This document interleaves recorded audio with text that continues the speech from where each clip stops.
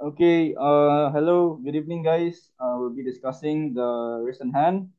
This is gonna be a short topic lang. We'll be dealing with the muscles and all, the anatomical spaces, the veins, the venous drainage, everything about the wrist and hand. So yeah, so sorry for tonight. We actually booked a room, but yeah, dugay na man, mad or inside na dito, but we need to adjust. So hopefully you see this lecture and hopefully makabawi mo sa inyong exam. Okay, so let's start. Topic objectives. Identify the different bones and joints that make up the wrist and hand. Identify the different muscles that make up the wrist and hand. Trace the arterial and venous supply of the wrist and hand region. Identify the nerves of the wrist and hand region in terms of motor and sensory functions. Identify the anatomical spaces present in the wrist. Understand the common abnormalities and neuromuscular lesions.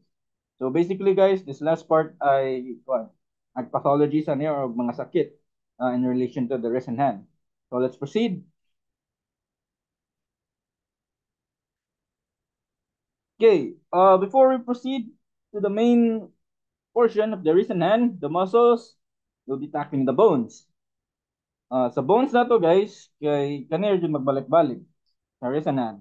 Radius and the carpal bones. Ano wala may ulna? Because the ulna has no articulation sa wrist joint. Ang articulation sa wrist joint guys ay ag radius and ang proximal na carpal bones. Okay? Okay, so let's name the carpal bones. So from proximal, so this is the proximal bones, this one, agubos, from proximal to distal. So when we name bones, let's name it na lang para dito maglibog from lateral to medial. Makain mo, sir, ano lateral to medial man na. Okay, this is the posterior view sa hand. Mani ag posterior view, so this is from lateral to medial or from the radius to the ulna. How do we name them? So first, this is your scaphoid. Okay, that is your scaphoid na carpal bone, the number one. Next is your lunate. The number three is your triquetrum. Then lastly is your pisiform, which is your number four. Okay? So first, let's go back to number one. Scaphoid, lunate, triquetrum, then pisiform. That's your proximal row. For the distal row, we have your trapezoid. No, excuse me. We have your trapezium. Number 6 is your trapezoid. Number 7 is your capitate. And lastly, number 8 is your hamate. Okay? So, the mnemonic that we use or katong student pa ko or katong learn pa ko is this one. Some lovers try positions that they can't handle. Some lovers try position that they can't handle. So mana, some. Some is your scaphoid. Lovers is your lunate. Positions, no. Some lovers try. Try is your triquetrum. And then possessions is your pisiform. Okay? Some lovers try possessions. Then we go to the distal row. Is that is your trapezium. They is your trapezoid. Can't is capitate. And H, hamate. Handle H, which is your hamate.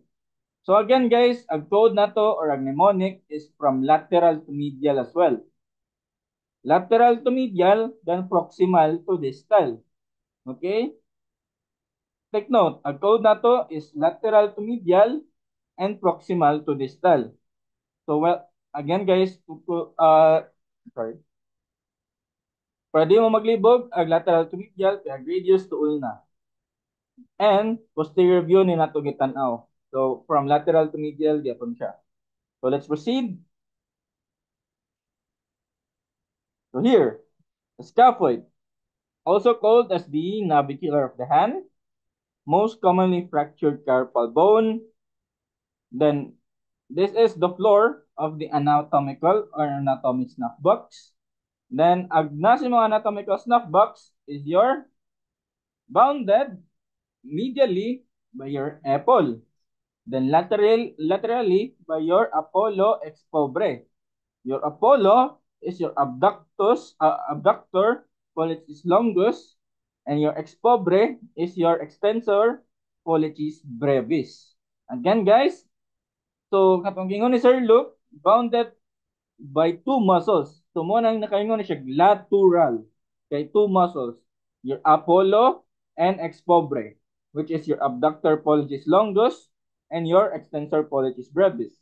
Medially only by your apple. So what is the floor of the snuff box? The floor of the snuff box is your scaphoid of the hand. Then the content is the radial artery.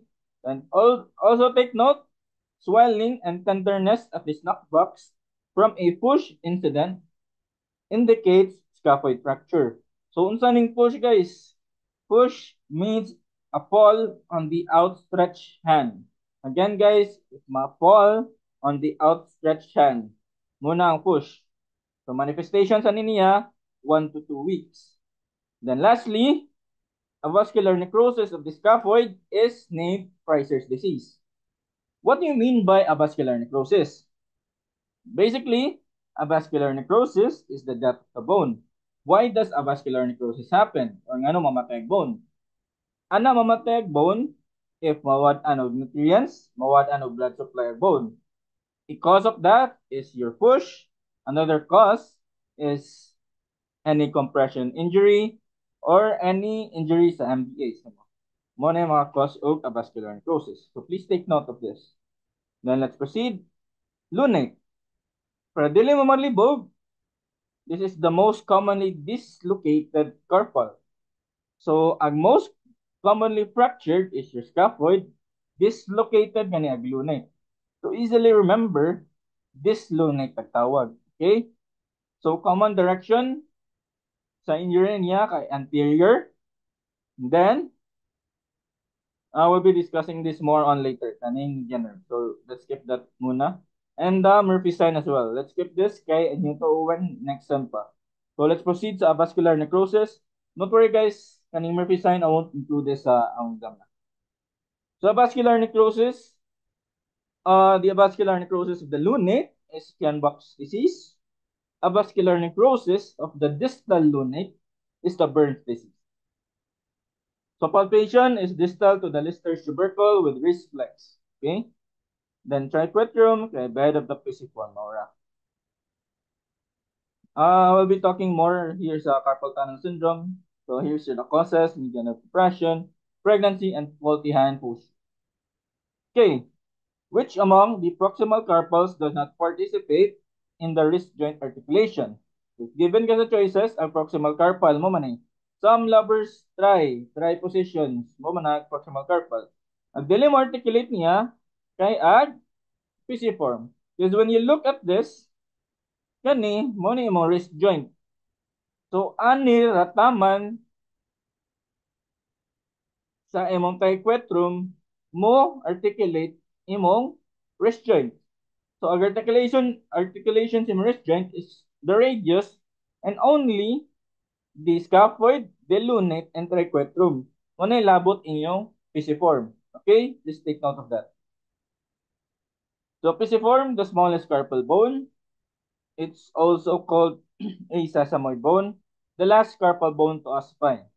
So does not participate in wrist joint articulation. Again, please take note guys, dili ni siya mo participate sa wrist joint articulation. So trapezium is also known as the greater multi-angular. The carpal bone needed to form the first metacarpal and the thumb. So located most laterally and does not articulate with the lunate.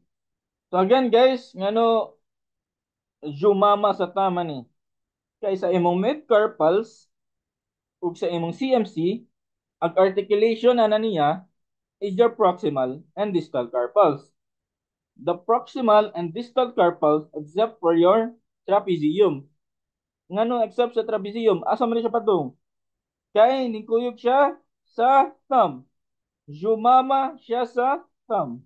That's why wa siya ilabot sa articulation sa mid-carpal joint o carpo-metacarpal joint. Kay kani ang trapezium mo form siya sa first carpo-metacarpal which is your thumb. Okay? Please take note, okay? Please take note. Then the trapezoid, also known as the lesser multi-angular, and then the second smallest metacarpal. Okay? So if nine question, with the exception of the pisiform, smallest man of pisiform, what is now the smallest carpal? Smallest carpal is your trapezoid. So because other anatomies do not consider the pisiform a carpal bone. Other books ni. Writing sa Snell, consider siya as a carpal bone. So that's why smallest siya. Okay? Let's go. Capitate, also known as the os magnum. This is the largest carpal bone. It's the first carpal bone to ossify. And then lastly, we have your hamate. So we have this is also known as the unciform. Special feature is the hook of hamate. The pisohamate ligament connects the pisiform to the hook of hamate. Canal form is the Guyon's canal or the tunnel of Guyon, which is the content is an ulnar nerve. Okay? Proceed. These are your hand complex. So this is your distal phalanges, intermediate, your proximal, your metacarpals, and your carpals. Wrist joint. As I said ganina guys, agtulor ra ka carpal bone sa proximal area while abot ang pisiform na mo articulate sa wrist joint. Okay, as you can see here, mas klaro dira kumpara nimo diri kay di siya maklaro na articulate diri. Pero when you look at this, kay ag nag-articulate ra jud kay ang kaning tulo, which is your scaphoid, your lunate, and your triquetrum. Okay? This is your radiocarpal joint. Your radiocarpal joint or your wrist joint. Okay? Please take note of that. The joints of the hand. Again guys, lahi ag wrist joint and lahi ag hand complex. A wrist complex is made up of your radiocarpal joint and your CMC joint. I don't know. Your wrist complex is made up of your radiocarpal joint and your midcarpal joint. Okay? Radiocarpal joint and midcarpal joint, a wrist complex. Your hand complex, kanina, your DIP, which is your distal interphalangeal joints, your PIP, which is your proximal interphalangeal joints, your MCP is your metacarpal joints, and then kani, midcarpal joint is apil na ni sa wrist complex. Okay? Your midcarpal and your radiocarpal joint. Okay? Then ang CMC and your intermetacarpal. So here, mga joints sa hand and mga structures sa hand. So, kumanay balag review. Ano? Here. Guys, so if makita mo na kinematics, dili na ako apelon ninyo. Kaya kanang anakines is for next sem na. So, dili na ako apelon. But na-apel na ako sa table kaya when I was reviewing for this topic, kaya I thought apel kinematics. To which naka-realize ko na lahi na course ang anakines. So let's just deal with the type, the articulation, and the ligaments. So, para din ako maglibog guys, ako na lang di table. So, para next study ninyo, it's easier to view na lang. So, the type of joint, a radiocarpal joint, is a condyloid or ellipsoid na joint. The articulation is, again, kapilan na ako yung balik-balik, is your distal radius plus your proximal carpals. Proximal carpals except your pisiform. Okay? Please take note.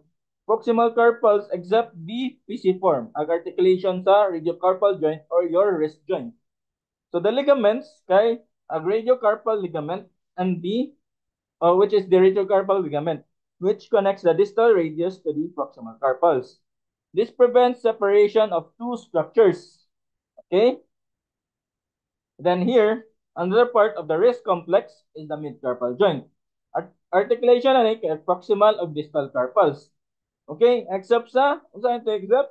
Sa trapezium. Kaya ang trapezium, mo articulate na sa thumb, which is the code word yumama sa thumb. Okay?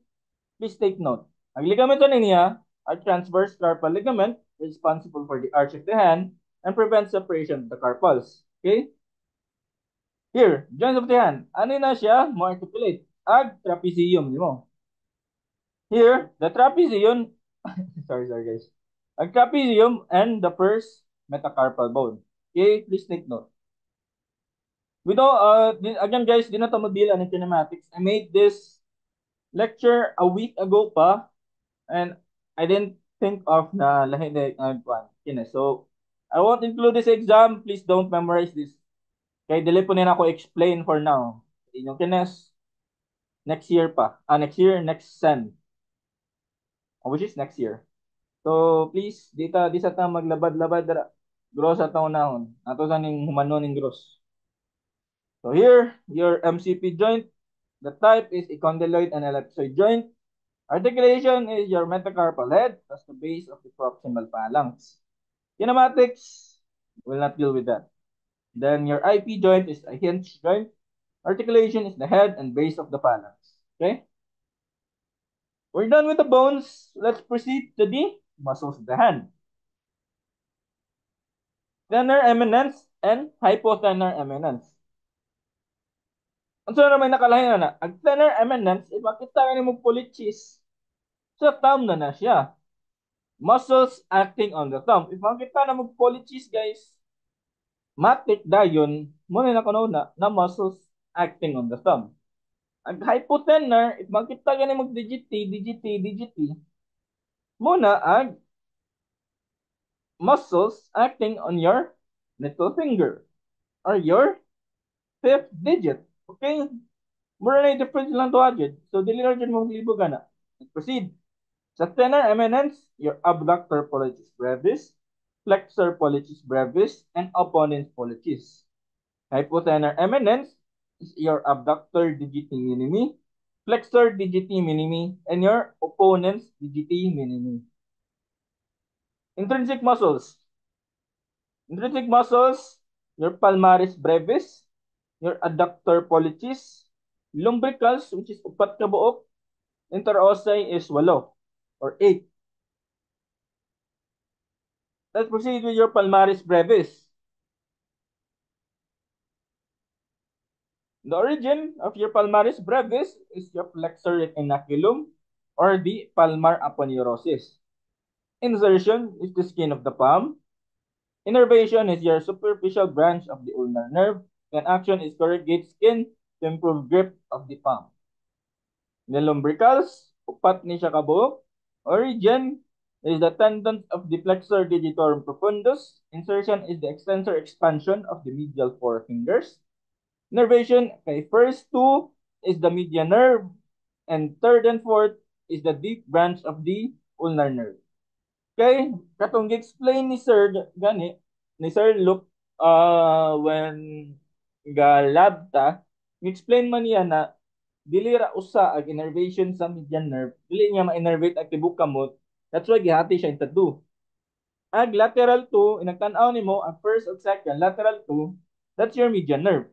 That applies sa third and fourth yan ag deep branch of your ulnar nerve. So ang innervation niya duha jud ka buok. So if kung tanon mo kinsay dual innervated sa hand, one of the answer is your lumbricals.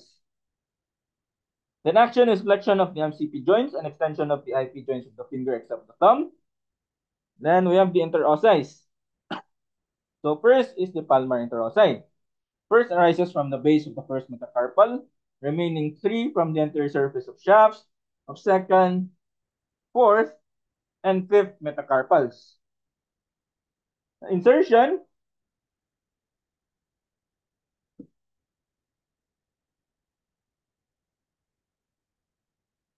is the proximal phalanges of the thumb and index finger, index ring, and little fingers, and dorsal extensor expansion of each finger.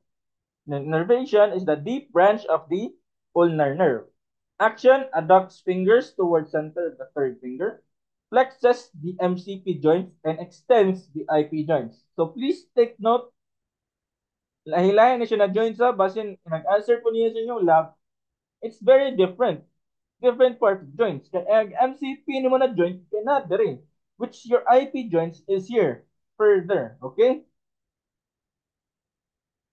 And then, sa dorsal is, ang origin niya is ang shafts of the metacarpal bones. Then insertion is the proximal phalanges of index, middle, and ring fingers, and dorsal extensor expansion. Innervation is the deep branch of ulnar nerve. Then action is abduct the finger from center, flex the MCP joints, and extend the IP joint.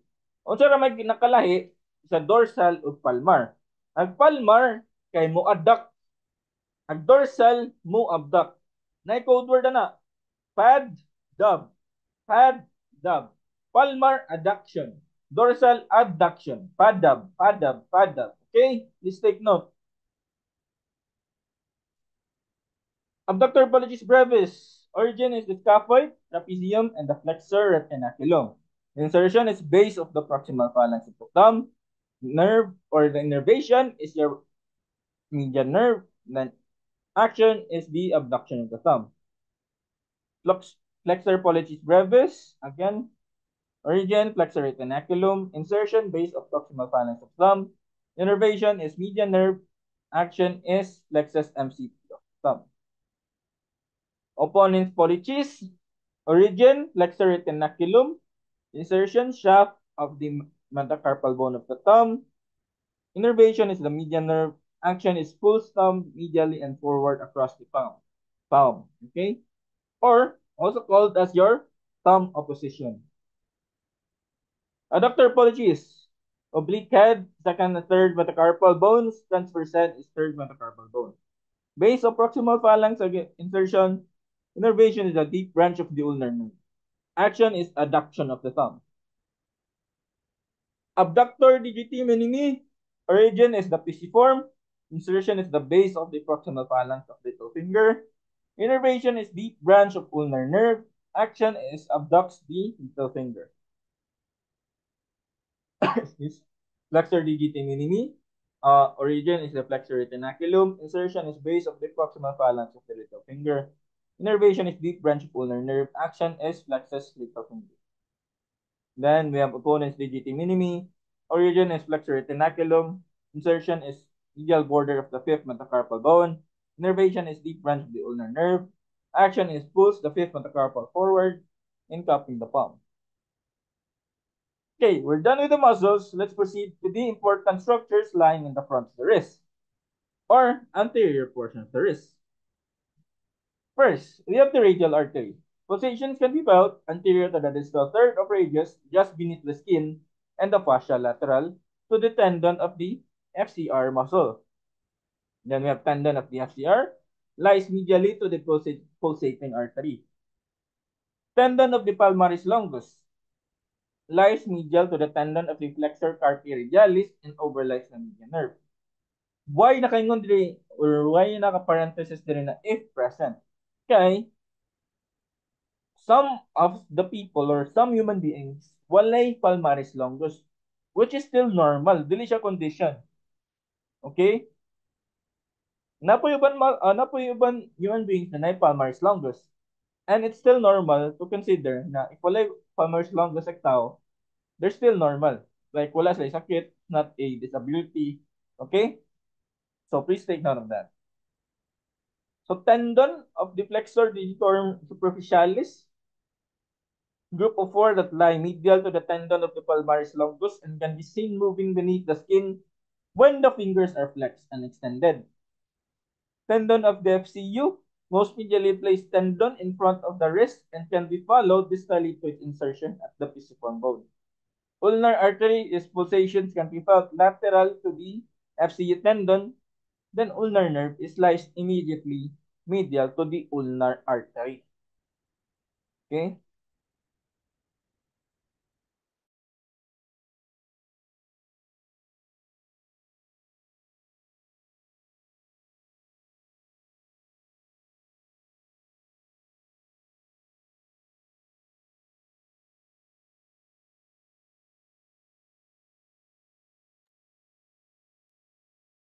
Okay, we're done with the anterior portion. We'll go with the posterior portion. Or, yeah, the posterior portion of the wrist. Proceed. Following structures, superficial to the extensor retinaculum. This is from medial to lateral. Posterior cutaneous branch of the ulnar nerve. The basilic vein, the cephalic vein, and the superficial branch of the radial nerve.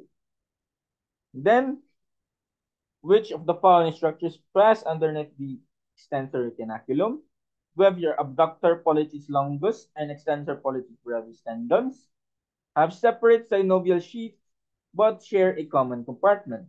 We have extensor carpi regalis longus and brevis tendon share a common synovial sheath on the posterolateral radius. Then extensor pollicis longus tendon winds around the medial side of the dorsal tubercle of the radius. Then we have the extensor digitorum communis and extensor indicis pupillis tendons share a common synovial sheath of the posterolateral radius. Then extensor digiti minimi tendon posterior to the distal radioulnar joint. Then extensor carpi ulnaris tendon grooves the posterior aspect of the head of the ulna. Anatomical spaces. Carpal tunnel, a space formed between a sheath of tough connective above the flexor retinaculum and the carpal bones below. Serves to contain the long tendons of the extrinsic flexors and prevents bowing during contractions. So, unsa may contents? Contents of the carpal tunnel.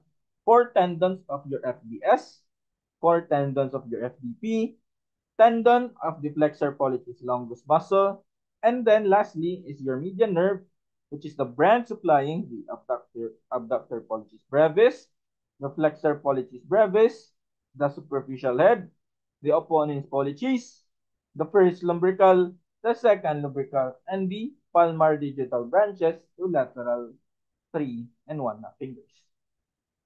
Okay, a medial half or medial 2 half is supplied by your ulnar nerve.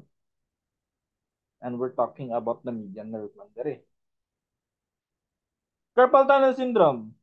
Ang causes na tackle na dira kanina. So, ang manifestations na ni kay dere mawat of sensation sa lateral three halves of the fingers, difficulty in gripping, and there's pain sa area dool sa median nerve. This can cause numbness or pain here again sa lateral three halves na gisupply sa median nerve. Okay? Carpal tunnel, ana man ag mo run through ag medial nerve. Okay? Tunnel of Guyon. Ganina is your medial nerve. Your tunnel of Guyon naman is your ulnar artery and nerve.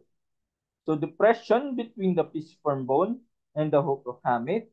The roof is formed by the pisohamate ligament. Contents of the tunnel of Guyon. Ulnar nerve bifurcating within the canal into the superficial and deep branches. So the superficial branch is the muscular branch to the palmaris brevis and palmar digital branches to medial one half of the fingers. Deep branch is supplying the abductor digiti minimi, flexor digiti minimi, and opponents digiti minimi. The palmar interossi, the dorsal interossi, the third lumbrical, the fourth lumbrical, and the flexor pollicis brevis, the deep head.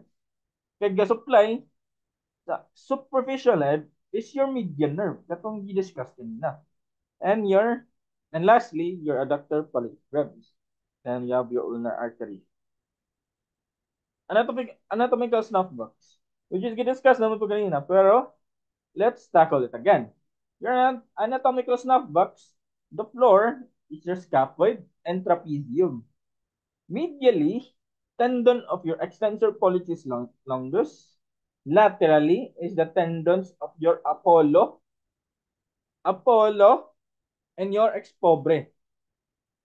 Apollo is your abductor pollicis longus. Then expobre is your extensor pollicis brevis. Proximally, by your styloid process of the radius. Distally, by your distal border of the tendons forming an apex of the isosceles triangle. Contents of the anatomical snuff box. We have your radial artery and your cephalic vein. For your radial artery, it winds around the lateral margin of the wrist to reach the dorsum of the hand. Cephalic vein can also sometimes be recognized crossing the snuff box as it ascends the forearm. So, we're done. We go next to the arterial supply of the wrist and hand.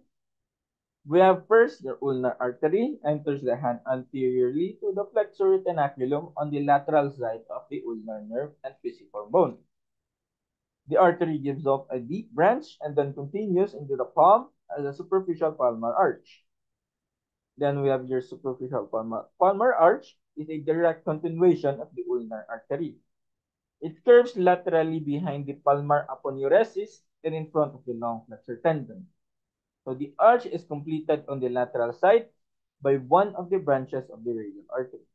Then we have your four digital arteries arise from the convexity of the arch and pass to the fingers.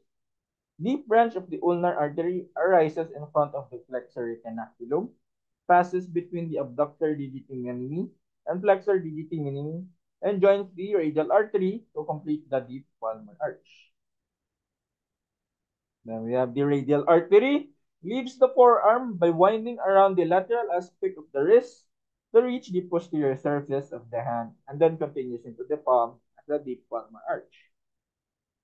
The deep palmar arch is a direct continuation of the radial artery, curves medially beneath the long flexor tendons, and then is in contact posteriorly with the metacarpal bones and interosseous muscles. The arch is completed on the medial side by the deep branch of the ulnar artery. Branches of radial artery in the palm. Immediately entering the palm, the radial artery gives off the arteria radialis indicis, supplies the lateral side of the index finger. The arteria princeps pollicis divides into two and supplies the lateral and medial sides of the thumb. And here, arterial supply of the hand. Then next is the venous drainage of the wrist and hand. So we have veins of the palm, superficial and deep palmar arches are accompanied by superficial and deep palmar venous arches receiving corresponding tributaries. The dorsal venous arch or network is the dorsal venous arch lies in the subcutaneous tissue proximal to the MCP joint and drains on the lateral side into the cephalic vein and on the media side into the basilic vein. With a part of the blood from the whole hand drains into the arch, which receives digital vein and freely communicates within the deep veins of the palm through the interosseous spaces. So lastly, or last part sa itong discussion, we have the pathologies of the wrist and hand. Botanier deformity. Again guys, nasa end up ito slide, makita ramon sa presentation. Okay, botanier deformity results from a rupture of the central tendinosus slip of the extensor hood. Presentation niya, naka-extend ang MCP, naka-flex ang PIP, and imong DIP kay naka-extend. Occurs following the trauma or in rheumatoid arthritis. Okay? Okay, for your attendance, additional 3 points. You can email it to me, okay? What's the difference between your rheumatoid arthritis and your osteoarthritis? First 5 to email me is I'll give plus 3 points. Nya, dali ko ganan kanang kinawaan sa Google, kana klaro nang copy paste or chat GPT. So klaro dyan ako guys kung kung maklaro ba ninyo kung kinawaan ba na sa Google or sa chat GPT or copy paste.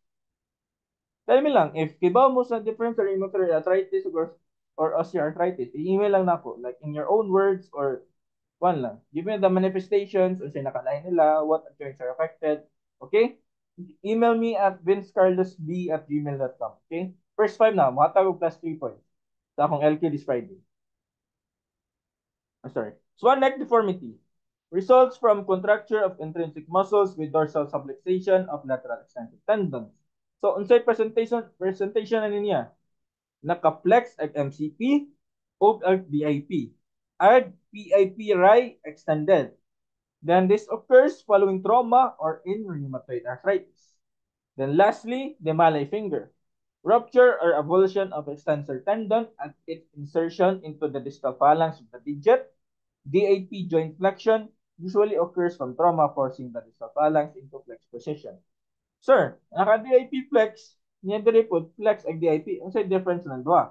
Kanang malay finger ang presentation na ni flex ag DIP, which ag swan neck naka MCP flex, naka PIP extend pa yun.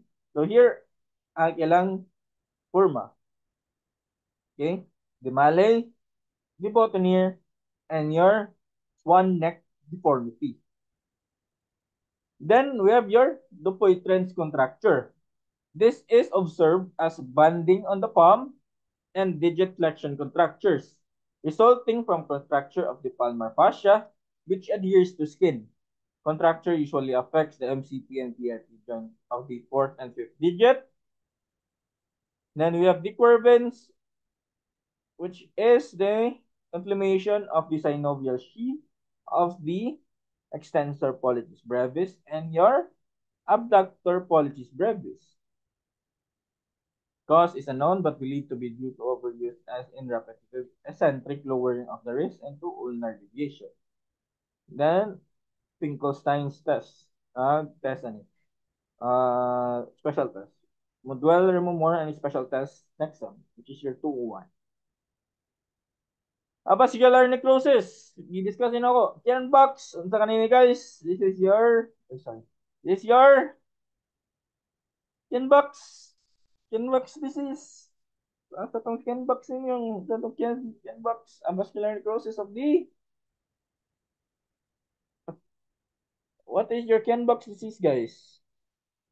Discussin ako kanina. Kenbox disease is the avascular necrosis of your lunate while your prisers is your scaphoid. So that's it for my discussion for for today. Yeah, dali around ta siya pero nadugay ta kay tungod wala kay room. So if you have any questions, you can email me or pwede naman ipasa toward your class representatives. Wala na ko. Very mobile at your hand. So if you have any questions, again, please email me or you can approach me directly sa office if na ako sa office. We'll have our exam this Friday, atong lab exam sa this Friday, okay? And kato akong question kanina, itong, again, sa rheumatoid, what's the difference between rheumatoid and osteoarthritis? First five to email me the correct answers na delete ka na pa face o delete the chat GPT. Taganog plus 3 sa exam. Okay? That's it for my discussion. Bye, guys.